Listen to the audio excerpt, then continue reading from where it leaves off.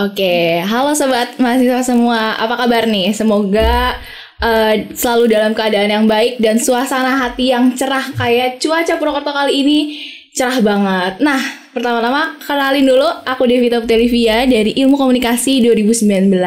Di sini aku bakal jadi host untuk podcast Student Life kali ini. Nah, podcast Student Life kali ini itu adalah program podcast dari YouTube Visip Unsut Official yang akan tayang dalam 1 bulan sekali. Jadi kalian gak akan bosan karena kalian bakal nungguin terus nih podcastnya. Nah, podcast ini tuh juga merupakan salah satu program yang mengangkat kehidupan mahasiswa dari mahasiswa Visip Unsut, yaitu cerita-cerita suksesnya dan kehidupan di kampus Visip Unsut. Nah, kebetulan kalau podcast kayak gini aku gak bakal sendirian karena aku bakal ditemenin sama 2 narasumber yang keren-keren banget di sini. Halo Kak. Halo. Apa kabar nih? Alhamdulillah sehat. Baik. Nah, jadi di sini kan podcast kali ini kita tuh bakal ngangkat tema tentang sukses story, yaitu lulus di tengah keterbatasan ekonomi gitu. Kebetulan kan yang jadi narasumber adalah kakak-kakak berdua ini yang baru aja jadi alumni ya kan. Nah, mungkin boleh Kak perkenalan dulu dari Kak. Ayo kasih ya Kak. Kak Yana. Perkenalkan, nama aku Yana Elysiana Deviasari. Aku dari Ilmu Komunikasi angkatan 2018. Terus aku baru lulus bulan Juni kemarin. Juni ini deng ya. Ya ini kan tapingnya Juni. Aku baru lulus bulan Juni ini. Terus apalagi ya? Ya sekarang kesibukannya lagi nganggur sih. Kan baru lulus masih ya. Pencari loker lah ya. Masih nunggu ijazah ya. Oh iya bener. Oke, dari Kak Yana mungkin kalian udah kenal lah ya. Kak Yana juga sering banget nih mondar-mandir di Visip ya kan. Yang buat anak Visip pasti tahu Kak Yana. Terus boleh Kak yang satunya lagi perkenalan? Ya, namaku Lisna. Aku dari Sosiologi 2018. Ini kita sama 2018. Kalau lulus sendiri bulan Maret, 15 Maret tepatnya. Berarti udah berapa? Maret, April, Mei, Juni, 4 bulan ya setelah lulus ini. Untuk kesibukan sekarang, aku lagi kerja sih untuk sekarang. Oke. Berarti termasuknya lulus cepet ya Kak ya?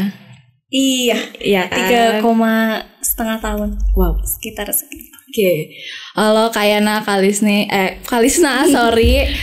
Jadi di sini aku bakal tanya-tanya, nggak sedikit banyak ya. Jadi harus siap dong. Ya mau nggak mau sih. Oke, mungkin daripada lama-lama aku mau langsung tanya aja karena kan di sini kita ngangkat temanya tentang lulus di tengah-tengah keterbatasan ekonomi. Nah, aku pengen tahu dong dari kakak-kakak berdua kayak latar belakangnya, terutama dari sisi ekonominya kayak gitu Kak. Mungkin dari Kak Yana dulu atau Kalisna dulu, bisa terserah. Lisna dulu aja deh. Oke, Kalisna dulu. Kalau aku sendiri background keluarga ya berarti ya. Aku itu berasal dari keluarga menengah ke bawah ya. Nah, kebetulan bapak aku sendiri itu bekerja dulu waktu SMP SMK itu bekerja sebagai buruh pasir yang nyari pasir sama batu itu di sungai. Terus kalau ibu sendiri itu ibu rumah tangga.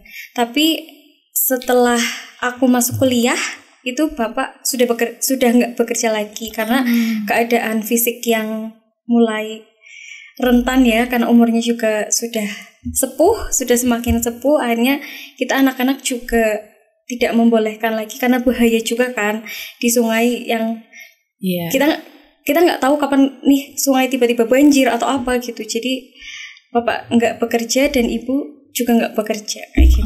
Itu kalau dari latar belakang ekonomi. Berarti Kak sama saudara-saudara lain nyari kerja juga buat kebutuhan sendiri juga gitu? Iya, kalau untuk orang tua itu dari kakak-kakakku, kebetulan aku punya 4 orang kakak. Oke. Kayak gitu.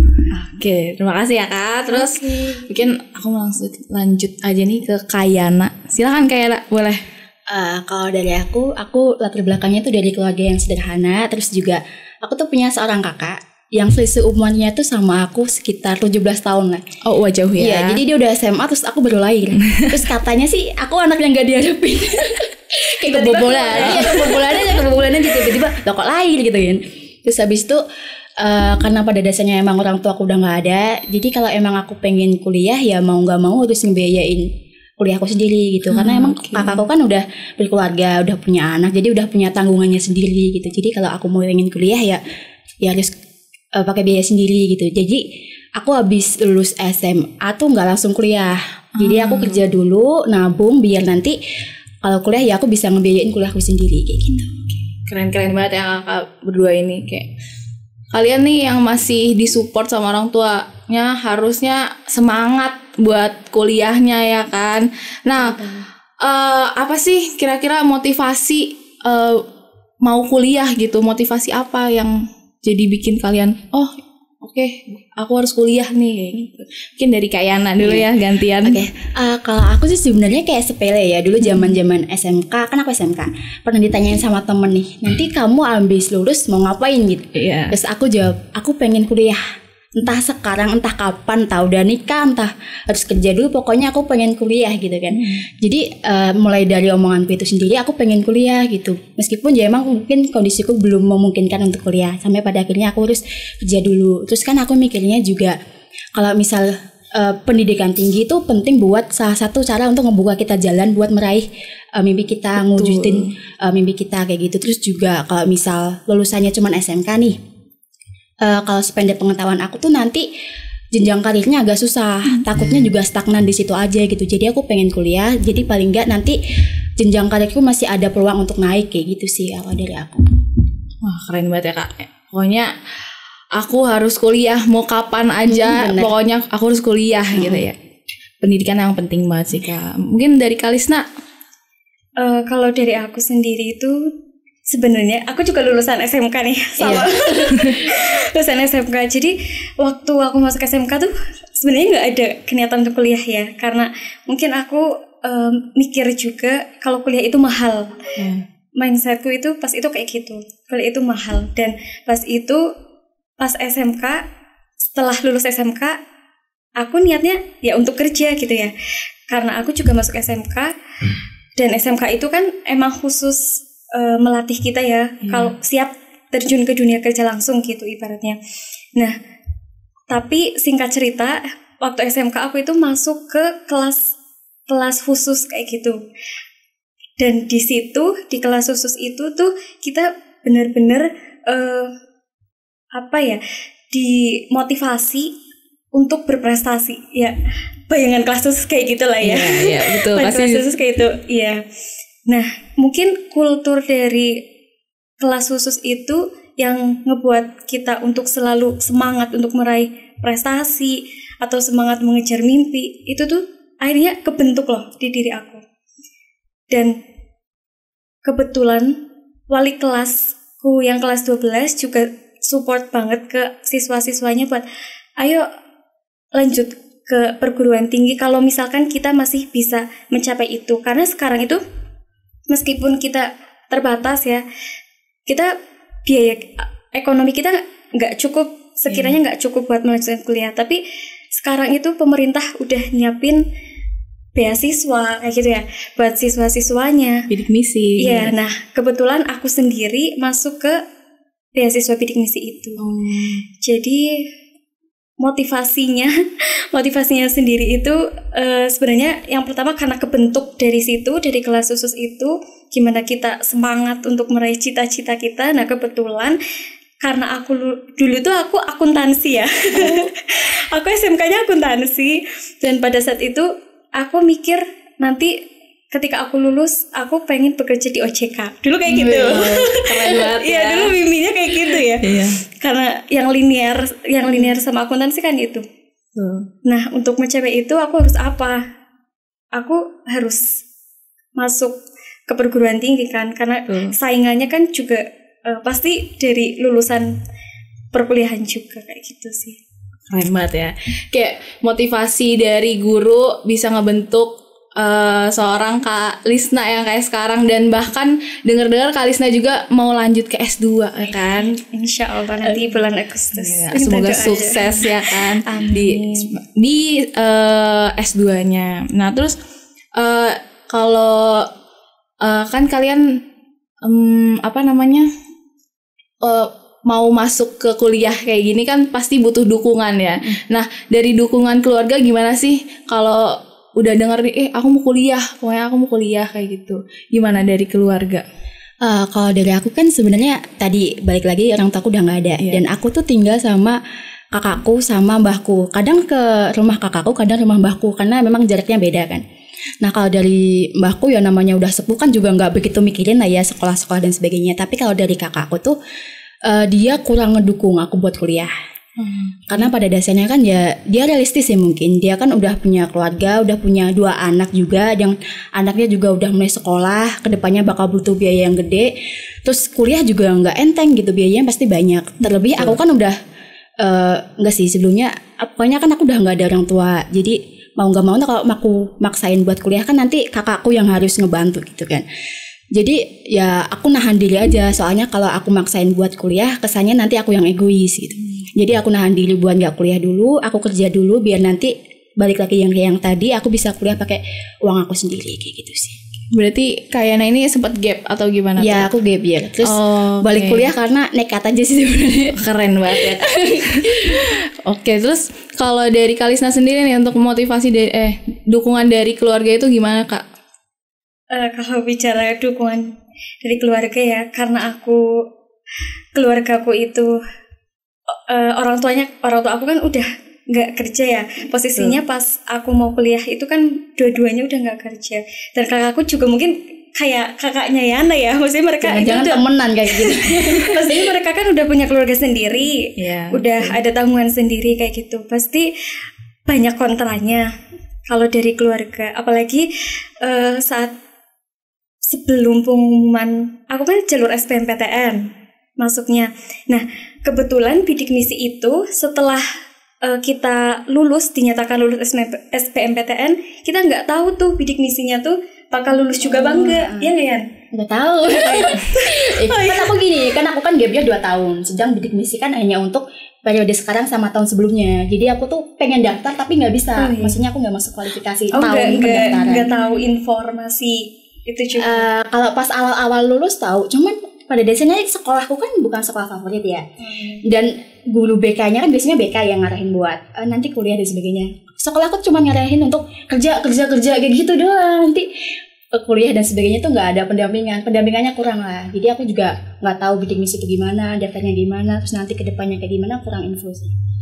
Iya, jadi kayak gitu. Jadi pas aku dinyatakan lulus nih masuk ke Unsud, aku nggak tahu sebenarnya aku nanti bisa lolos apa enggak nih bidik misi. Nah dari situ keluarga aku sendiri tuh kayak ya meskipun aku udah keterima ya posisinya, tapi masih mending jangan deh, mending kalau misal nanti aja deh. Iya. Dan emang pas itu aku udah kerja ya, posisinya tuh aku udah kerja setelah nyambi pengumuman SBMPTN itu aku kerja. Cuma balik lagi karena mungkin aku semangat ya, terlalu bersemangat untuk kuliah karena otakku sudah tadi termotivasi sama orang-orang yang ada di sekitarku. Aku berusaha meyakinkan sih pas itu, meyakinkan orang tuaku, meyakinkan keluargaku. Tapi mungkin karena di keluargaku juga nggak ada pengalaman yang kuliah, maksudnya baru pertama gitu di keluarga yang kuliah. Jadi orang tua dan keluarga pun mikirnya karena nggak ada pengalaman ya sebelumnya menguliahkan seorang anak dari keluarga itu, akhirnya mereka ya kuliah pasti mahal kayak gitu. Nanti kalau kamu nggak keterima bidik misi gimana kayak gitu kan? Siapa yang mau membiayai kuliah kamu kayak gitu? Sedangkan kalau misalkan kerja pun kita nggak tahu ya nanti bisa kerja atau enggak. Belum bayar biaya kosan pas awal masuk kan kita harus bayar biaya kosan dan sebagainya. Dan singkat cerita, karena aku udah bingung banget, tapi motivasinya aku mungkin terlalu tinggi. Jadi aku itu pas itu berusaha nyari gimana nih supaya aku bisa nyari uang buat bayar kosan dulu lah. Karena udah keterima di Unsud, dan Unsud ini merupakan universitas yang aku pengen banget gitu pas targetnya Unsud nih. Targetnya tuh di Unsud karena dulu aku termotivasi kuliah, salah satunya juga kakak kelasku kuliah di sini kayak gitu. Jadi ini sekalian ngobrol gimana masuknya ya. Iya boleh silakan Kak. Itu singkat cerita, aku bingung banget tuh pas itu nyari biaya buat bayar kosan itu gimana buat kesini, karena gajinya aku pun belum sampai bisa buat bayar kosan kan. Karena aku baru kerja 2 bulanan, dan 2 bulanan itu kan pasti gajinya udah kepotong sana sini ya. Iya betul. Udah kepotong sana sini. Banyak ya tanggungannya. Iya, dan saat itu aku konsultasi ke wali kelasku. Gimana nih Pak, saya mau kuliah nih, udah keterima tapi nggak ada biayanya, dan aku nggak tahu ya, beliau itu baik banget lah ya. Aku disuruh pada hari itu aku disuruh ke kantor, terus aku dikasih uang ini buat bayar kosan, nanti selebihnya kalau misalnya ada apa-apa tinggal kontak Bapak. Dan aku itu nggak nyangka banget, kayak ini beneran apa enggak kayak. Baik banget ya berarti ya, iya, ngedukung penuh. Terus akhirnya setelah aku mendapatkan uang itu, aku ngobrol nih sama orang tua dan keluarga. Meskipun nanti aku nggak tahu bidik misinya aku keterima apa enggak, tapi aku selalu optimis. Aku insya Allah keterima, karena mungkin kriteria bidik misi itu di aku kemungkinan besar lolos memenuhi ya. Semua ya. Ya karena syarat-syarat berkasnya juga udah terlampir kan. Terus akhirnya orang tua menyetujui. Sampailah di sini. Sampai ke S2 juga ya, keren. Belum. Belum ya. Baru rencana S2. Iya, ini masih ngurus pendaftaran. Okay. Belum ujian. Pasti lolos lah Kak Lisna. Ya Allah, amin. Nah, kan udah nih motivasi dari keluarga kayak gimana. Nah, terus gimana sih kalian tuh akhirnya kan udah kuliah nih. Nah, di kuliahan itu pasti ada struggle-nya yang kalian rasain. Nah, kira-kira biasanya struggle-nya apa aja nih? Kalau misalnya dari ekonominya mungkin, atau dari kehidupan kampus yang lainnya gitu. Kalau dari aku ya, kalau aku dari aku paling mulai dari awal mau kuliah dulu lah ya. Awal mau kuliah kan setelah tadi nggak disetujui sama kakakku buat kuliah, kan aku lanjut kerja 2 tahun. Terus sambil kerja pun aku juga tetap punya mimpi, aku pengen kuliah gitu kan. Jadi sambil kerja aku juga ngelihat pendaftaran kayak gitu. Terus pas pendaftaran SBMPTN aku daftar tuh yang di tahun kedua. Aku mikir kalau ayolah tahun ini aku harus kuliah kayak gitu kan. Terus sambil kerja aku juga sambil belajar, kan udah 2 tahun gak sekolah. Terus juga basicnya kan aku SMK TKJ kan saintek. Terus nanti aku ngambilnya komunikasi kan soshum. Aku terus belajar soshum dari awal, belum lagi udah lupa semua pelajaran, kan agak PR banget ya. Terus abis itu juga aku tuh diem-diem, aku tuh gak bilang sama kakakku kalau aku mau kuliah. Jadi aku diem-diem daftar, terus aku diem-diem tes aja. Tapi pas hari tes, kakakku nelfon nanya gitu. Aku tuh bisanya nutupin, aku gak bisa bohong. Jadi kalau gak ditanya aku diem, kalau ditanya aku ngejawab.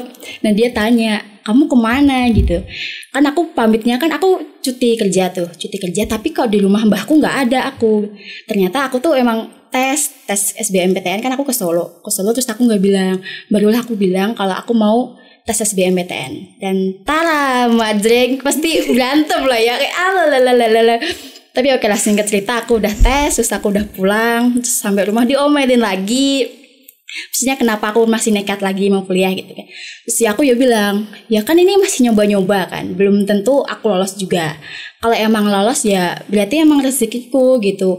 Nanti aku juga gak akan ngerepotin mbakku, kan aku bilangnya mbak kan, aku juga gak akan ngerepotin mbakku kok gitu. Terus ditanya juga, kalau misalnya nanti di pertengahan jalan kamu ada masalah, nggak ada dana, kamu berhenti kuliah gimana?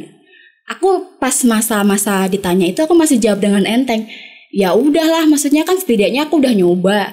Kalaupun emang rezekiku sampai lulus ya alhamdulillah. Kalau emang di tengah jalan harus berhenti ya nggak apa-apa. Setidaknya aku kalahnya tuh karena udah nyoba, bukan karena aku udah nyerah dari awal gitu kan. Aku dulu enteng ngomong kayak gitu, tapi pas benar-benar udah kuliah nih ngerasain kalau kuliah tuh ternyata emang biayanya banyak banget ya. Betul. Jadi kalau pas awal-awal kuliah tuh aku masih pakai tabunganku, kan aku masih ada tabungan pas kerja.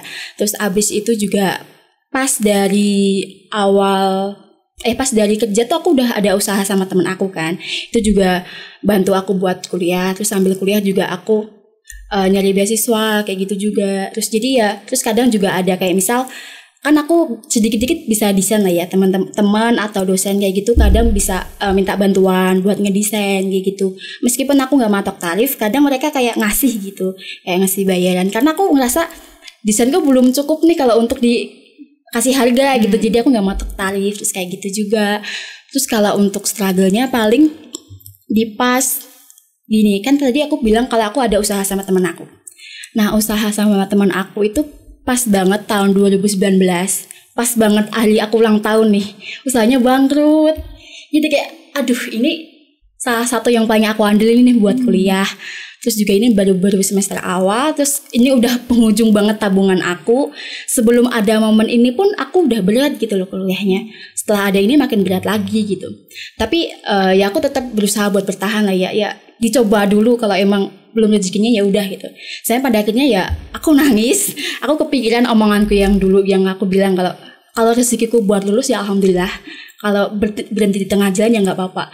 Aku dulu ngomong kayak gitu enteng banget, tapi pas ngehadapin kayak aduh kok gini banget, masa udah sampai segini doang kan aku gitu kan.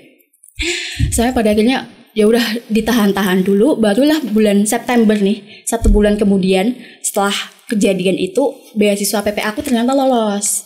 Alhamdulillahnya aku bisa lanjut di BPA itu tadi kan. Terus di tahun 2020 kan pandemi ya. Ini sebenarnya kisah sedih ya pandemi. Tapi bagi aku salah satu hikmahnya ya aku bisa kuliah di rumah kan, kuliah di rumah. Jadi minim pengeluaran. Itu ya salah satu hal yang aku sukailah dari pandemi. Mengurangi pengurangan. Ya benar. Terus abis itu di 2020 pertengahan aku juga alhamdulillah dapat beasiswa lagi dari alumni FISIP. Terus abis itu ya sampai sekarang itu beasiswanya juga masih jalan. Jadi struggle-nya paling tadi sih gitu. Oke, alhamdulillah ya dapat beasiswa. Aku ikut beasiswa ketolak terus nih kebetulan. Tapi atlet banget ini. Iya, atlet bulu tangkis ya. Alhamdulillah. Iya. Mungkin dari Kak Lisna sendiri. Kalau struggle-nya itu yang paling aku rasain itu ya, itu pas awal masuk sih itu. Yang pas awal masuk yang ngadepin sikap orang tua dan keluarga yang mungkin masih takut gimana nantinya kuliah itu bisa sampai lulus apa enggak, kayak gitu, gimana hidup di kota orang gitu ya. Kayak gitu. Struggle-nya itu yang paling berat sih buat aku, dan di situ emang benar-benar aku bingung banget aku mau cerita ke siapa gitu ya. Karena kan orang terdekat kita itu keluarga ya. Kita mau minta bantuan ke temen pun teman-teman kita juga baru lulus ya. Juga baru lulus dan harus gimana gitu. Dan untungnya tadi ada yang mau membantu lah ya, dan aku sangat berterima kasih kepada guruku itu, dan alhamdulillahnya aku bisa sampai lulus. Sampai sekarang ini masih ada di FISIP ya. Masih ada di FISIP Unsud kayak gitu.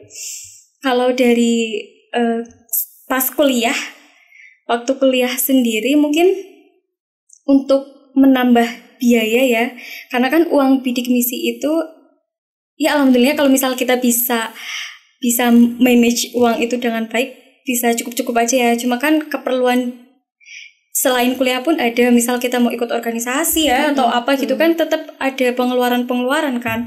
Mungkin aku untuk mengatasi biaya-biaya itu, aku ikut program-program yang diadain dosen di FISIP, misal yang di sosiologi itu kan kadang ngebuka mahasiswa buat ayo gabung ke tutor gitu ya, tutor mata kuliah, ikut ngebantu pas di kelas atau apa kayak gitu.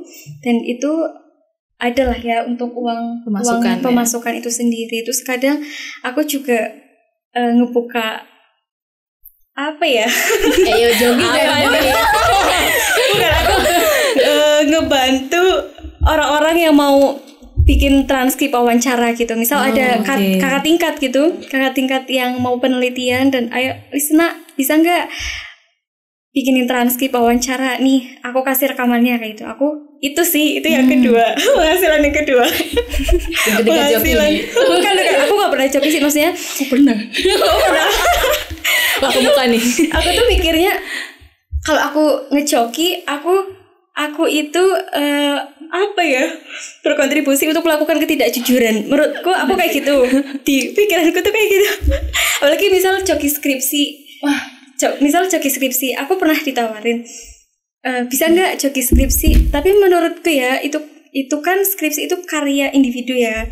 Dan menurutku itu harus orisinil dari individu itu, pemikiran individu itu. Dan ketika aku ngebantu buat menyelesaikan skripsi itu, meskipun aku dibayar ya, tapi aku merasa apa ya, berarti aku lagi nggak di posisi aku ngebantu dia buat nggak jujur gitu, buat menghasilkan sebuah karya. Karena aku berusaha untuk menghargai apa ya, menilai karya itu harus orisinil kayak gitu lah dari yang menciptakan itu sih. Kayak gitu. Ini aku mau klarifikasi dikit ya, yang aku bilang joki ya. Joki. Nah, aku pernah ngejoki cuma sekali doang. Itu pun customernya cuma 3. Dan setelah itu aku kapok karena ternyata ngejoki itu susah. Apalagi aku kan agak perfeksionis ya. Jadi pas udah selesai jadi kok aku pikir kok yang aku kerjain buat teman-temanku lebih bagus dibanding kerjaanku sendiri. Terus akhirnya aku aku nggak ngejoki lagi kan. Terus habis itu aku juga pernah dapat tawaran buat ngejokin skripsi.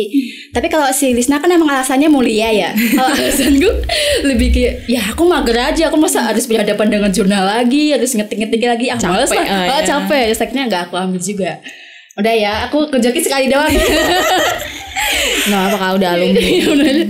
Nah, terus mungkin Kak waktu di kuliahan kan pasti dari ekonomi atau apapun sering kena struggle. Nah, menurut kakak di sini titik terendah itu waktu kapan sih Kak? Terus gimana cara Kak ngadepinnya? Kalau aku tadi udah aku sempat jelasin juga ya yang pas tadi usaha aku tiba-tiba bangkrut, terus aku udah nggak ada pegangan uang sama sekali ya. Menyiasatinya yang pertama nih, aku pertama benar-benar kepikirannya pinjem temen lah gitu kan. Aku pinjem duit temen. Tapi yang aku sebel nih ya, dulu pas aku zaman kerja nih, teman-teman kalau nggak ada duit pinjemnya ke aku. Tapi pas aku butuh kok nggak ada yang pinjemin, gimana?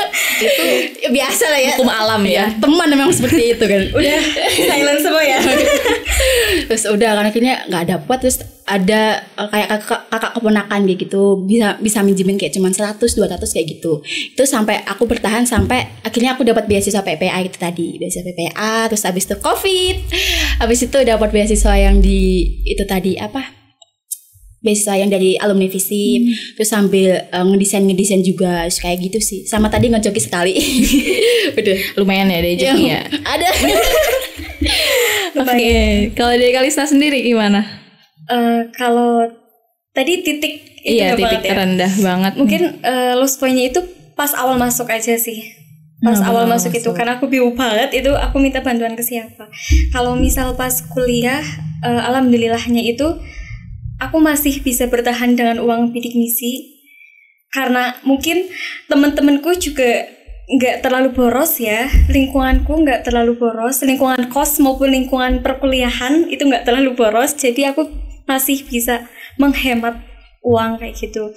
Terus mungkin aku pernah nih mau wisuda dan saat itu uang bidik misi mungkin udah apa ya, karena udah di akhir ya, sisa-sisa ya. Wisuda Maret dan harusnya kan bidik misi itu Maret udah mulai cair lagi. Itu berbagai bulan-bulan terakhir bidik misi lah, dan uang bidik misi aku itu udah limit banget. Iya.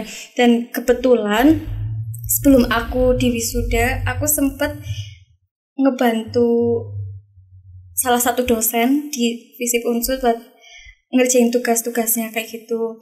Dan alhamdulillah selama 2 bulan itu aku dapat bayaran kan, dan itu mungkin buat bertahan.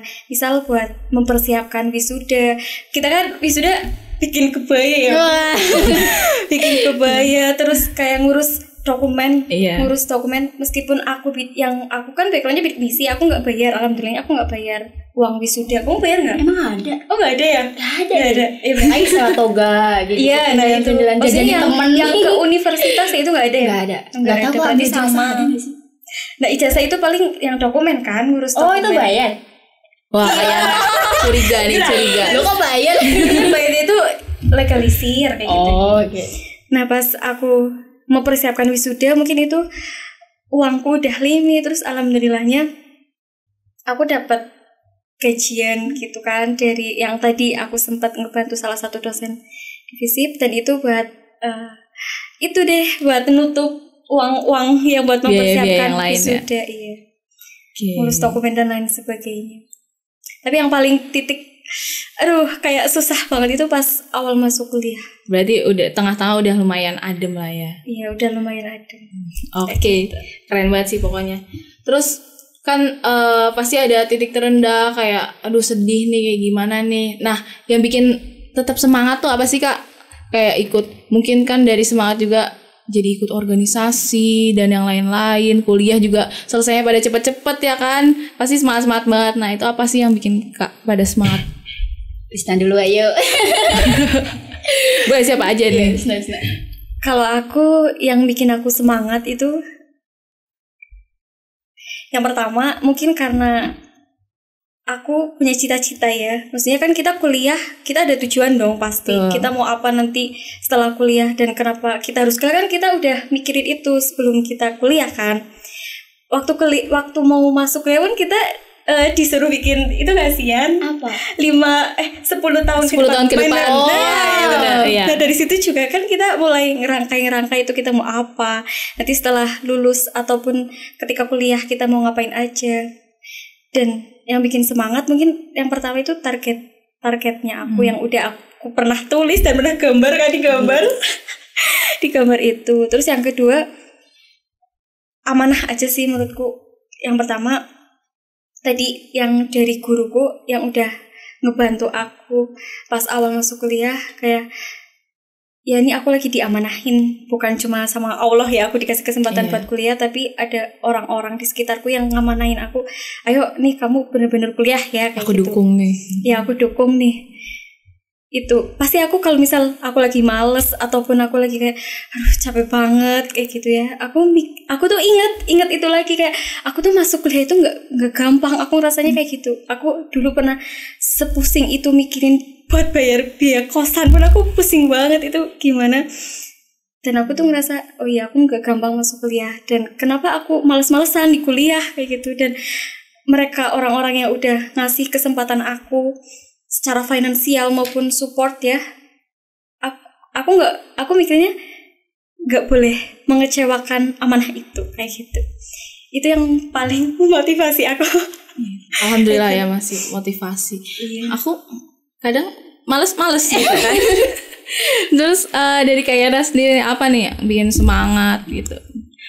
Kalau dari aku paling pada umumnya kan orang-orang nggak begitu naruh ekspektasi ya ke anak-anak yang emang orang tuanya udah nggak ada. Terus kalau misal ada salah dikit nih, ada yang ngomong kayak ya wajar lah kayak gitu, orang udah nggak ada orang tua, nggak dididik sama orang tua kayak gitu. Aku juga pernah ngalamin zaman-zaman SMK ada teman aku yang ngomong gitu ke aku. Padahal ya pokoknya sebenarnya nggak ada masalah sih aku sama dia, cuman ada kayak perselisihan dikit gitu aja. Sampai pada akhirnya setelah itu aku mulai tertutup sama latar belakangku. Bahkan kayaknya teman-teman kuliahku nggak banyak yang tahu kalau aku tuh latar belakangnya kayak gini. Paling cuma teman-teman dekatku aja, atau misal ada yang kebetulan nanya terus aku jawab kayak gitu kan. Yang pertama yang itu kan itu tadi. Terus abis itu kadang kan gini, orang nganggapnya kalau misal orang tuanya udah nggak ada kayak gini kan mungkin masa depannya mungkin bisa agak berantakan apa gimana. Nah salah satu motivasi aku tuh aku pengen ngebuktiin ke orang-orang bahwa meskipun aku udah nggak ada orang tua, aku juga bisa tumbuh dengan baik loh kayak gitu. Jadi salah satu hal yang paling memotivasi aku adalah kadang omongan orang yang jelek tentang aku, atau bahkan orang-orang yang mungkin ekspektasinya rendah banget sama aku. Nah aku pengen buktiin kalau aku tuh juga bisa punya mimpi, aku juga bisa mewujudin mimpi aku meskipun tanpa support dari orang tua kayak gitu sih. Oke, keren banget, motivasi banget nih buat aku yang Males ya. Sama sih sebenarnya aku juga males. Jadi biasanya kan di kuliahan ini juga kita kan cari pengalaman, banyak pengalaman yang lain-lain gitu, nggak cuma belajar. Nah, menurut kakak di sini pengalaman apa sih yang paling berkesan dan punya makna besar untuk kehidupan di kampus gitu yang pernah kemarin? Kalau pengalaman yang paling berkesan paling aku mau bilang aku bisa foto sama Budiman Sujatmiko, nanti diketawain sama panitianya. Tapi aku emang ngefans sih, terus kebetulan ada seminar, terus aku bisa foto bareng. Tapi bukan itu sih, paling kalau aku pengalamannya lebih ke organisasi dan sebagainya. Mungkin pengalaman capek lah ya. Iya. Tapi lebih ke aku akhirnya punya teman-teman yang benar-benar deket sama aku, yang aku pengen kedepannya ya entah nanti kita takdir bakal naruh kita kemana atau di mana, meskipun nanti kita juga udah jarang banget ketemuan atau bahkan udah nggak pernah chatan lagi, aku tetap pengen ya mereka ingat, aku ingat kalau kita tuh pernah sahabatan, terus pernah melalui momen-momen kuliah bareng, senang bareng, terus berderai air mata juga bareng. Pokoknya aku akhirnya ngerasain kalau aku punya keluarga baru di sini kayak gitu sih. Oke, dari Kalista sendiri gimana nih? Banyak banget nih pasti. Iya nih pasti banyak sih. Mau habis ini. Kalau pengalaman berkesan ya, pengalaman berkesan kalau dari segi relasi kayak gitu emang bener-bener berkesan ya. Maksudnya kita bisa kenal banyak orang, terus kita juga kalau misal di sini kan kita bukan cuma dari satu daerah gitu ya, kita kenalan sama banyak orang, itu berkesan juga sih. Maksudnya kayak aku nggak nyangka aja kayak aku udah sampai sini nih, ketemu sama orang Kalimantan, ketemu sama orang Papua dan lain sebagainya. Itu berkesan buat aku. Terus mungkin aku nggak satu ya, karena ada momen-momen yang itu ya kayak aku kok aku bisa gitu sampai di titik ini kayak, dan aku sangat bersyukur akan itu. Misal yang kedua ya, tadi yang pertama, terus yang kedua itu pas kemarin wisuda, alhamdulillah kan aku masih bisa bawa orang tua ke FISIP, meskipun karena pandemi cuma beberapa orang tua kan. Pas pelepasan di FISIP itu aku salah satu mahasiswa yang diberi kesempatan untuk membawa orang tua kayak gitu ke FISIP. Dan membawa orang tua pas wisuda, saat wisuda.